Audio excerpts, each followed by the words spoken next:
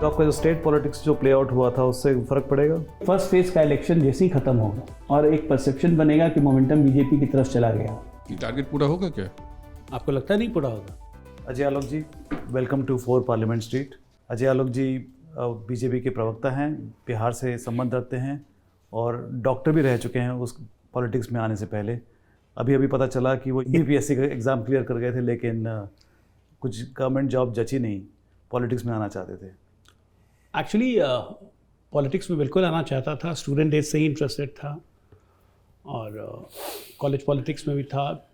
2005 में पॉलिटिक्स में आया, बीजेपी से ही शुरुआत की थी, कुछ बात बनी नहीं, दूसरी पार्टी में गए, घूमते घूमते फिर वापस बीजेपी में आ गए। तो मतलब जहाँ से सफ़र शुरू हुआ वहीं पर सफ़र ख़त्म हुआ था। राजनीतिक सफ़र यही है। अजय जी, अभी हमारी बात हुई थी नितिन गडकरी जी से। जी, हमने उनसे पूछा था कि जो 370 सीट जो प्रधानमंत्री ने कहा है वो कहाँ से आएंगी, जो एक्स्ट्रा सीट जो हैं आपकी 303 मिली थी 2019 में, तो जो एक्स्ट्रा सीट कहाँ से आएंगी? उन्होंने कहा कि साउथ से आएंगी, लेकिन ये कुछ थोड़ा सा अजीब लग रहा है। साउथ में कहाँ से आपका तो गढ़ है नहीं। साउथ गढ़ किसी का कोई नहीं होता है।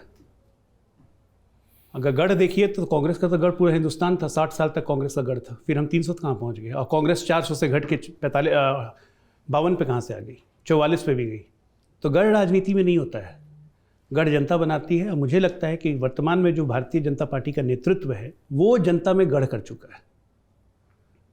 तो इस इलेक्शन की प्लुरैलिटी मोदी जी ने बदल दी है। किस तरह से?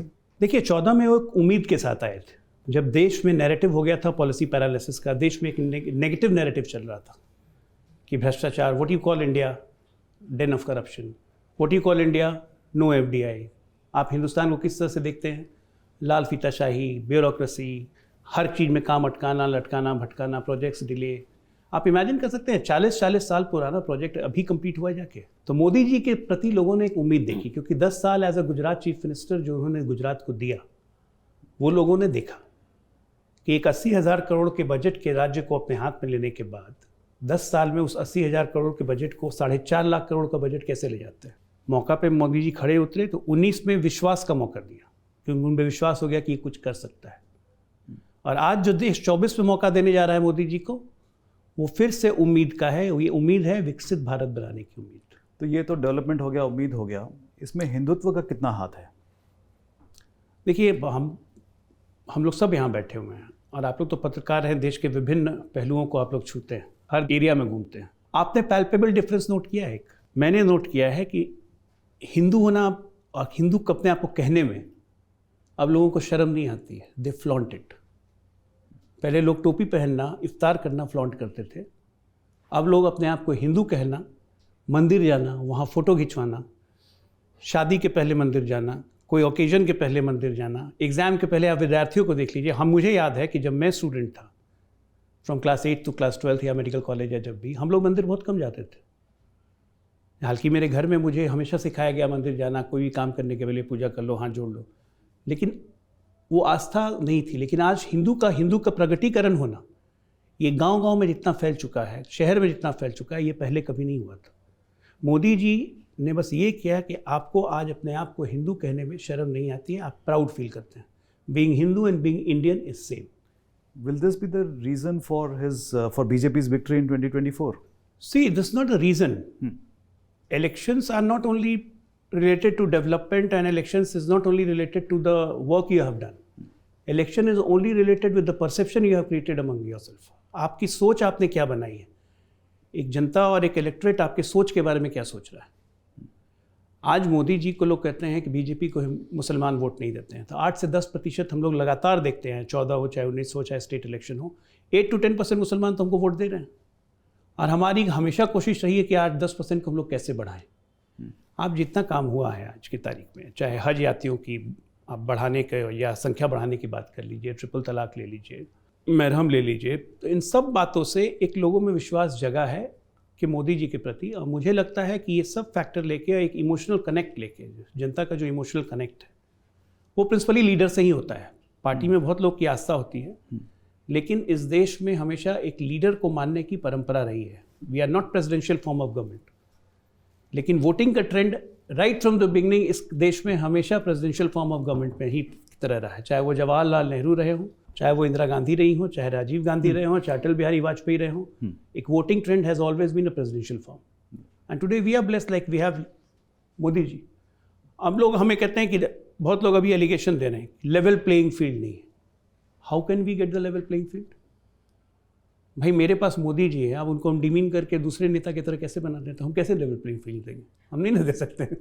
सर ये लेकिन जो अरिथमेटिक की बात है कि जो बीजेपी का जो स्ट्रांग होल्ड रहा है सेंट्रल इंडिया, वेस्ट इंडिया, 19 में आप लोगों ने 90% सीट जीत ली।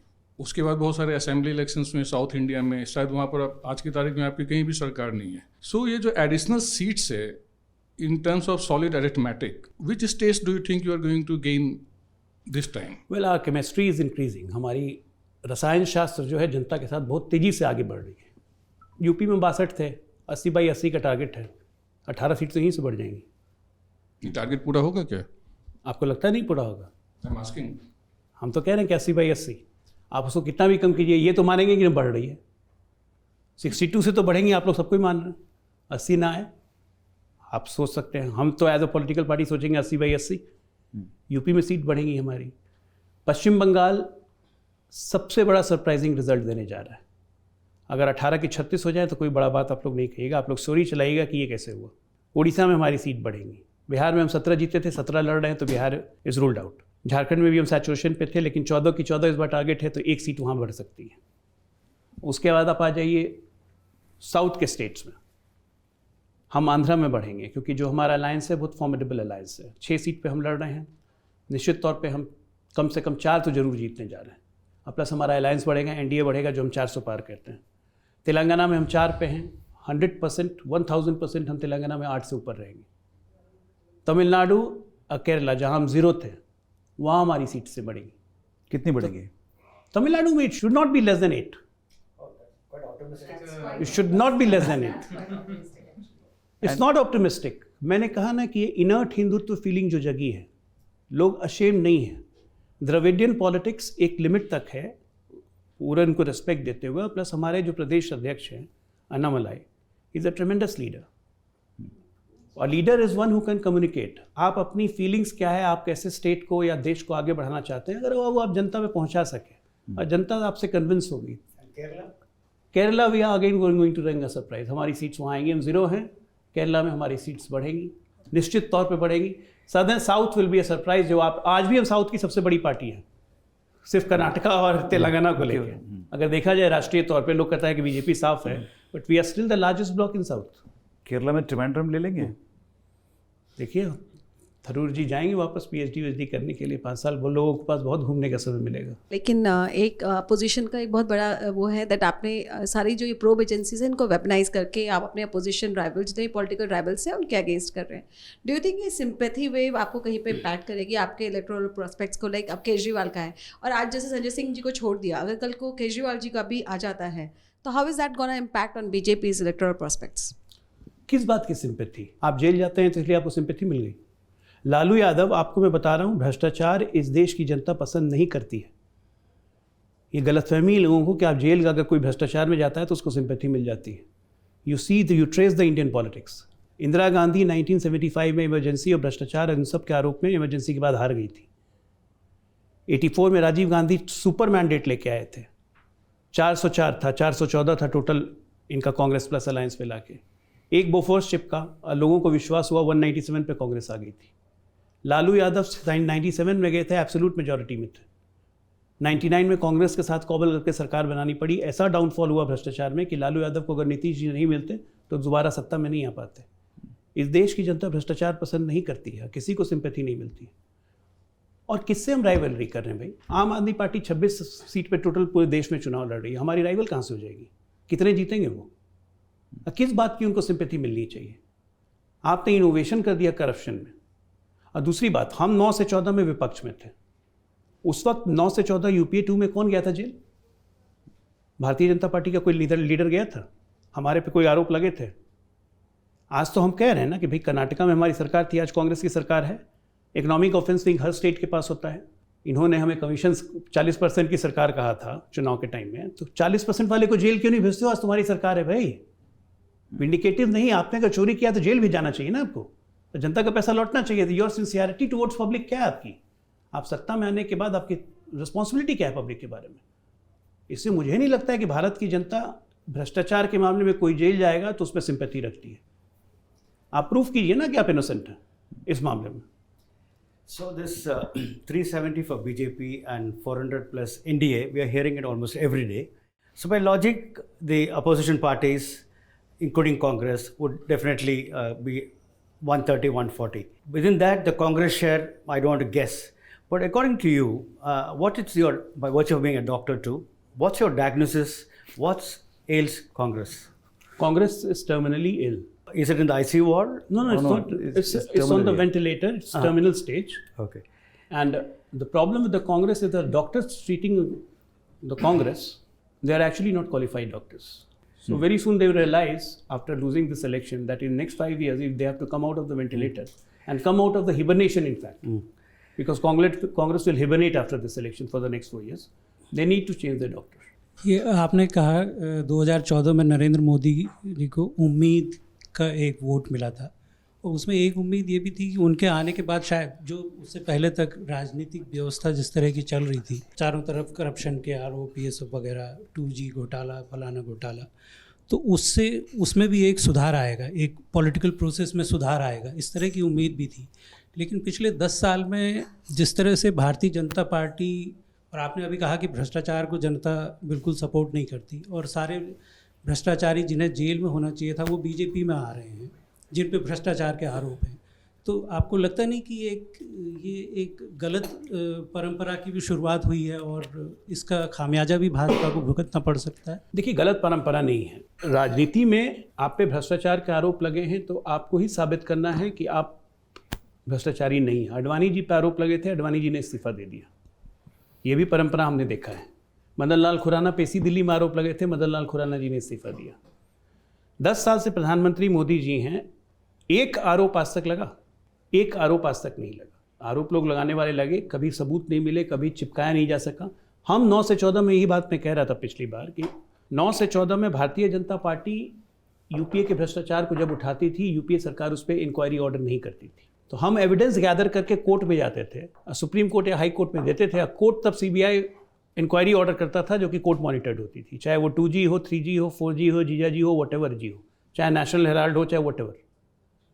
हम लोगों ने एविडेंस जाके दिए हैं। तो एक, अगर आप अपोजिशन में हैं तो एक सजग विपक्ष की तरह अगर आप आरोप लगाते हैं तो आपको सब्सटैंशिएट करने के लिए उसके लिए एविडेंस होना चाहिए। ये नहीं कि आपने छुट्टे में आरोप लगा दिया और आप पे आरोप लग गए।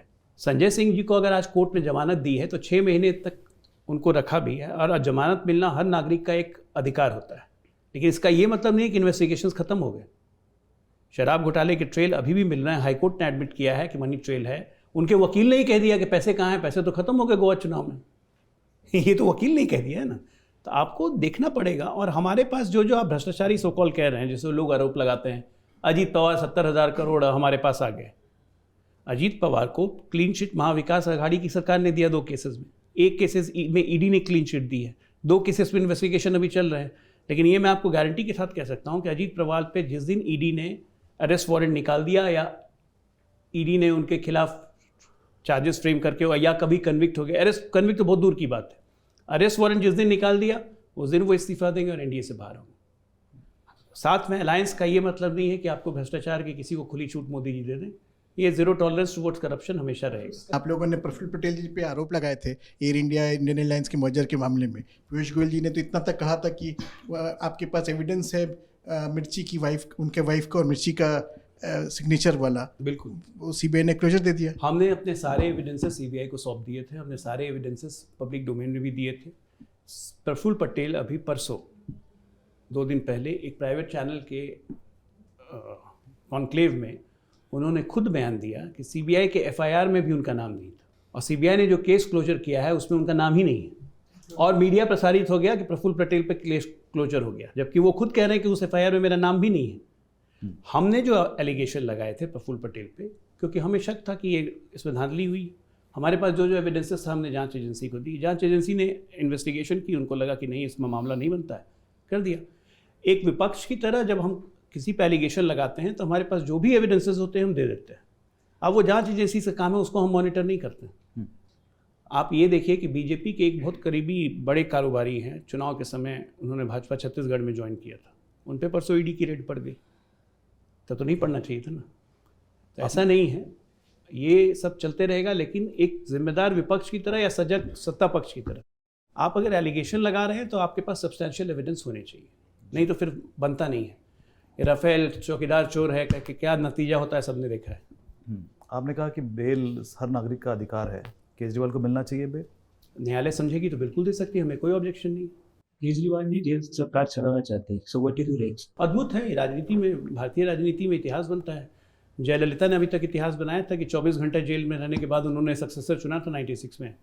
केजरीवाल जी रिकॉर्ड तोड़ रहे हैं। केजरीवाल जी कृष्ण के अद्भुत अवतार हैं, जानते कि नहीं? कृष्ण द्वापर युग में पैदा हुए थे, ये कलयुग में पैदा हुए हैं। अद्भुत है ये। उनमें एक साथ लालू यादव और शहाबुद्दीन दोनों घुस गया है। पूछिए कैसे? लालू जी राबड़ी देवी को बना गए मुख्यमंत्री, हाँ, तो इन्होंने भी अर्बनाइज राबड़ी देवी खड़ी कर ली है। लालू जी के राज में शहाबुद्दीन जेल से समानांतर सत्ता चलाते थे सिवान में, ये भी जेल से सरकार चलाएंगे, तो गजब कॉम्बिनेशन है इनका। अच्छा अजय जी, एक बात बताइए, आप एक बहुत ही नोन टीवी डिबेटर भी हैं, पैनल पे आते हैं। So there are a lot of people who criticize these television debates these days because of the shrillness that exists. कि एक दूसरे के ऊपर चीखा चिल्ली हो रही होती है, लोग कई कैसी बातें करते हैं। How do you feel when you get into these debates? खासकर आजकल का television. Try not to get into useless conversation। पहली बात की झूठ मूठ का चिल्लम चिल्ली मुझे भी अच्छी लगती है, क्योंकि अगर अपनी बात ही पहुंचा नहीं सके दूसरे के पास। टेलीविजन डिबेट क्या है? मतलब it's a matter of creating perception. Perception बनेगा कैसे? जो लोग आपको सुनेंगे ही नहीं, समझेंगे ही नहीं। तो जो भी मेरे फेलो प्रवक्ता हैं, चाहे विपक्ष के हों पक्ष के हों, मैं ये कहता हूँ कि अगर अपनी बात आप नहीं बोल सके तो फिर डिबेट में बैठने का फ़ायदा क्या है? वो चैनल आजकल बदलने में just a matter of seconds, वो रिमोट पे चैनल बदल देता है। आपको क्या लगता है जनता चिल्लम चिल्ली सुनती है? आपके लिए परसेप्शन बन जाता है तुरंत 1 मिनट के अंदर कि फालतू चिल्ला रहा है, फॉरगेट इट, कहाँ से चैनल चेंज कर दिया। तो डिबेट वाले भी बहुत चालू हो गए हैं आजकल। लोग वो चुन चुन कैसे लोग को बुलाते हैं कि जहाँ उनका चैनल चलते रहे, क्योंकि टीआरपी तो उसी से बढ़ेगी। सर ये आप बिहार से आते हैं तो, और जेडीयू में भी आप पहले बीजेपी में थे, फिर जेडीयू में आए हैं, फिर बीजेपी में आप हैं। नीतीश जी आपके साथ थे, जब नीतीश जी ने बीजेपी छोड़ा फिर आप पार्टी से बाहर आ गए, बीजेपी ज्वाइन की। Brand Modi is said to be still very strong, but do you think brand Nitish remains strong in Bihar? No no no. Why so? First of all it's a Lok Sabha election. Lok Sabha election, जैसे मैंने बोला कि though we are not presidential form of government, but for the last 75 years इस देश में presidential form of government के ही pattern से voting होती है। तो आज की तारीख में या तो ब्रांड मोदी है या ब्रांड विरोधी है। अलग अलग राज्य में अलग अलग विरोधी और हर जगह एक ब्रांड मोदी। तो ये इलेक्शन मोदी क्या विरोध में है या मोदी के पक्ष में, उसी के नाम पे जा रहा है। तो उसमें नीतीश वगैरह सब they will act as a add on, but they can not become a brand. आपने अभी कहा था कि कांग्रेस टर्मिनली इल है, कांग्रेस ख़त्म हो जाएगी, इसका मतलब बाकी विपक्ष भी अगर ये ट्रेंड चलता रहा, बीजेपी इस साल जीत के आएगी, अगली इलेक्शन में भी जीत के आएगी शायद, तो अगर ऑपोजिशन रहा ही नहीं तो do you think that India is moving towards a one party rule eventually? So do you think it's our responsibility to make the opposition strong? No, I'm just asking, do you I don't foresee, think- because you are I a very don't good think so. analyst. नहीं, I don't think so. Politics बहुत dynamic process है, जगह vacant नहीं रहती है। We have seen in last 10 years किस तरह आम आदमी पार्टी ने यहाँ पे दिल्ली में कांग्रेस को रिप्लेस कर दिया, पंजाब में कांग्रेस को रिप्लेस कर दिया। So replacement keeps on coming. BJP को 40 साल लगे थे सत्ता में आने के लिए। First time we form the government in 1991-92 in Gujarat. 40 साल तक हम लोग सत्ता में कभी नहीं आ सके थे। लेकिन जो कांस्टेंट एंडेवर में लगा रहेगा, अपनी विचारधारा को जागृत करने के लिए लगा रहेगा, वो आएगा। आप ये देखिए कांग्रेस का सिस्टमैटिक डिटोरिएशन में क्यों कहता हूँ, पहले हर गांव में आपको सेवा दल का 5 आदमी मिलता था जो उस गांव का टेक केयर करता था, और उस गांव के थ्रू कांग्रेस हाईकमान तक बात जाती थी। आज आपको एक भी सेवा दल मिलता है कहीं? तो ये सिस्टमैटिक डिटोरिएशन है। हम क्यों आगे बढ़े हैं? आज हमारे हर गाँव में आपको बीजेपी के 2 डेडिकेटेड कार्यकर्ता मिल जाएंगे हर बूथ पे। इंडिया के 96% बूथ पे आज की तारीख में हमारे पास 2 कार्यकर्ता ऐसे हैं जिनका mobile number verified bye Aadhaar card and pan card हमारे पार्टी के ऑफिस में। तो आप अपनी विचारधारा को प्रोपगेट करने के लिए अगर आपके पास कार्यकर्ता नहीं रहेंगे तो फिर आप किस आइडियोलॉजी से जुड़ेगा? हमारे कार्यकर्ताओं की आइडियोलॉजी है हिंदुज़म, देश प्रथम, राष्ट्र प्रथम, पार्टी द्वितीय, अहम लास्ट। इस आइडियोलॉजी पे हमारे कार्यकर्ता जुटे हुए हैं। कोई पद का लालच नहीं है, मैं प्रोमिनेंट बनूं उसका लालच नहीं है, वो लगा हुआ है नहीं हम भारतीय जनता पार्टी के साथ हैं। क्यों? हम हिंदुत्व की आइडियोलॉजी में, जैसे मैंने कहा, being Indian and being Hindu is now the same thing. तो ये आइडियोलॉजी हमारी सबसे स्ट्रॉन्ग एसेट है, इसको हमने कभी कॉम्प्रोमाइज़ नहीं किया। Just please complete that thought you started with when you said, is it our responsibility to make the opposition? हाँ, मतलब इट्स नॉट माई रिस्पॉन्सिबिलिटी, ये हमारी जिम्मेदारी नहीं है कि विपक्ष बहुत मजबूत रहे। अब हम मोदी जी भाजपा को मजबूत करेंगे कि विपक्ष को मजबूत करेंगे? अब आप चाहते हैं कि राहुल गांधी सीट जितवा जाए, उसके लिए मोदी जी कैंपेन करें। राहुल गांधी को अमेठी हम लोग को जितवा देना चाहिए, स्मृति जी को विड्रॉ कर लेना चाहिए, भाग गए बेचारे Wayanad.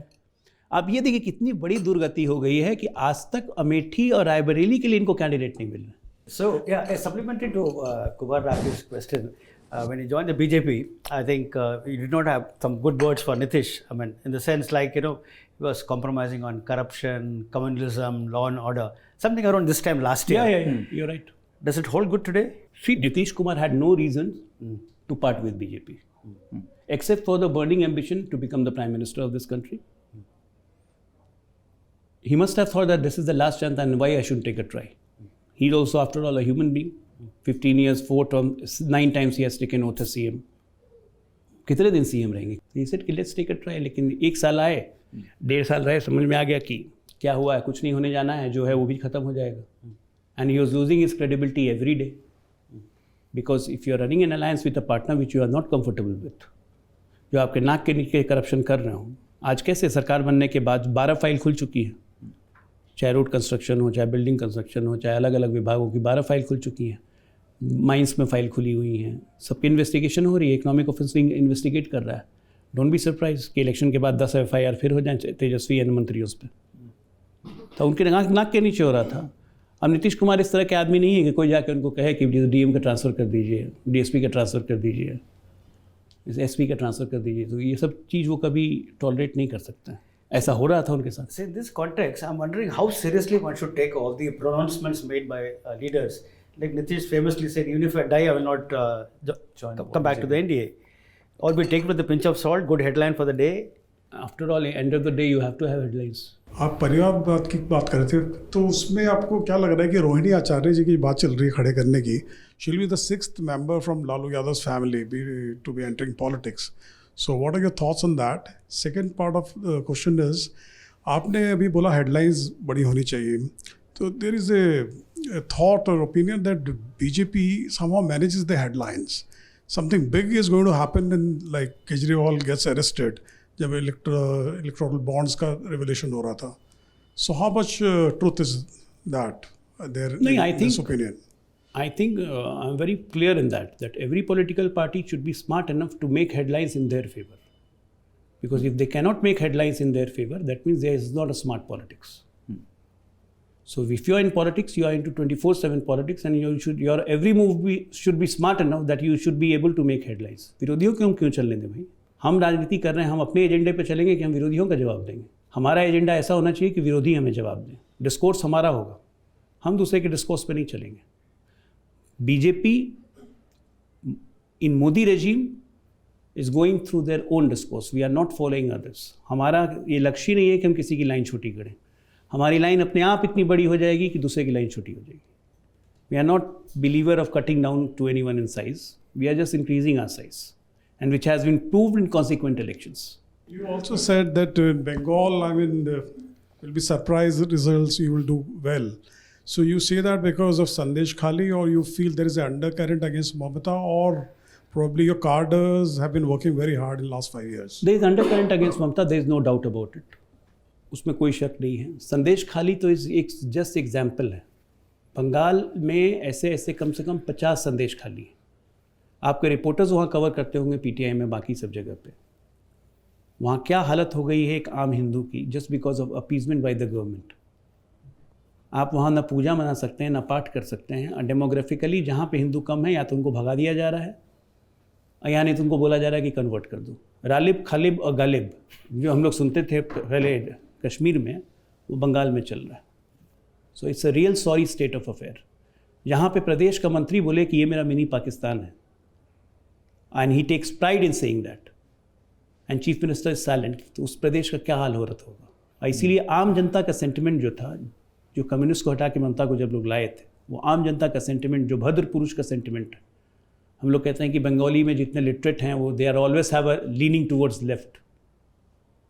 It's no more the left leaning. Now they are fed up of that leaning and they want to get out of it. And the only alternative they see is BJP. That's why I'm saying that Bengal is going to have a revolution. So just to summarize the whole session, today's headline would be, after predicting Chhattisgarh successfully, Ajay Alok guarantees 7 seats for BJP in Tamil Nadu, and Dr. Shashi Tharoor 7 or 8. 7 or 8, and Dr. Shashi Tharoor to pursue another PhD in Kerala. Not in Kerala, he will go to US. He'll go to the US. Kerala is too inferior for him to stay if he's not in politics. आलोक जी, आपने पूरे देश के बारे में बताया, Bihar specific बताइए। आप कह रहे हैं वहाँ पे 17 भी हमारे हैं, और बिहार एक ऐसा स्टेट है जहाँ पे हिंदुत्व पॉलिटिक्स उतना ज़्यादा इफेक्टिव नहीं है जितनी वहाँ कास्ट पॉलिटिक्स। और 2019 से लेकर अभी तक आपको क्या लगता है कि क्या चेंजेस हुए होंगे जिससे आपको लग रहा है कि बीजेपी का एज? नहीं, बिहार में ऐसा नहीं कि कास्ट पॉलिटिक्स, मैंने पहले भी कहा कि ये नेशनल इलेक्शन चाहे बिहार हो चाहे देश हो, it's always centred around leader.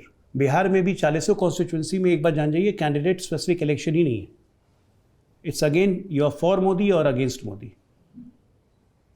और स्ट्रेट अवे बिहार में इस बार 40 की 40 सीट हम जीतेंगे। पिछली बार हम एक सीट, आपको मैं इक्वेशन बता देता हूँ, 3,52,000 वोट आए थे कांग्रेस को किशनगंज में, 3,32,000 वोट आए थे जेडीयू को जो हमारी अलायंस पार्टनर थी, और 2,95,000 वोट आए थे एआईएमएम को।